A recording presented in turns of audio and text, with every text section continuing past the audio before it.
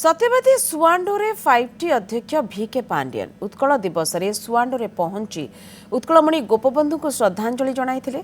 संध्यारे सुआंडोरे पहुंचुतिले VK Pandian. Gopabandhu सठिकर दर्शन करने सहित गोपबंधु संग्रहालय मध्य थिबा उत्कलमणि गोपबंधु प्रतिमूर्ति रे माल्यार्पण करी गोपबंधु दास स्मारकी संग्रहालय बुली देखिथिले। एतसहित उत्कलमणि गोपबंधु अणनाती धीरेन्द्र नाथ घर को जाई तांका परिवार को मध्य भेटिथिले। उत्कलमणि संग्रहालय भितर थिबा पार्क रे खेलुथबा कुनी कुनी पिला एवं सेमानक अभिभावक मानक सहित पार्क सुविधा सुजोग संपर्क रे आलोचना करने सहित संग्रहालय बाहर बसी व्यवसाय करुथबा उठा दोकानी सहित मध्य आलोचना करथिले। सेमानक भलमंद बुझिथिले। पांड्यनकर ई गस्त समय सत्यवादी बीजेडी प्रार्थी संजय दास वर्मा एवं सत्यवादी अंचलर जनसाधारण उपस्थित रही VK पांड्यन को स्वागत करथिले।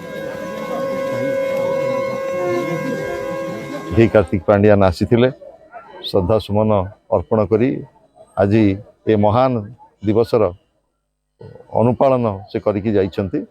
गोपबंधु पाखरे पुष्पमाल्य अर्पण करिछंती एवं तांकर सठी घर ठू आरंभ करी तांकर ये अछंती वंशधर आमर धीरेन्द्र भाई सहित मध्य साक्षात आलोचना करी ए अंचलर आहुरी किभଳି विकास अधिक हो पारिबो सेतिपई तांकर प्रतिश्रुति दैछंती। एभଳି एक महान दिन रे आमे समस्ते एभଳି एक जगार एकाठी होइछे ए सत्यवादीर ये गला एक महत्व। पुण्यात्मा गोपबंधुंकर श्रीचरण रे श्रद्धांजलि अर्पण करी आशीर्वाद कामना करिसंती। जनता जनार्दन ठारो आशीर्वाद कामना करिसंती।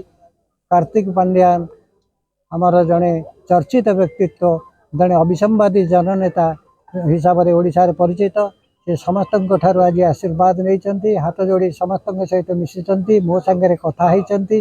सुआंडो तथा सत्यवादी सर्वांगीन विकास करा से दृढ़ प्रतिश्रुति दी जाइछंती।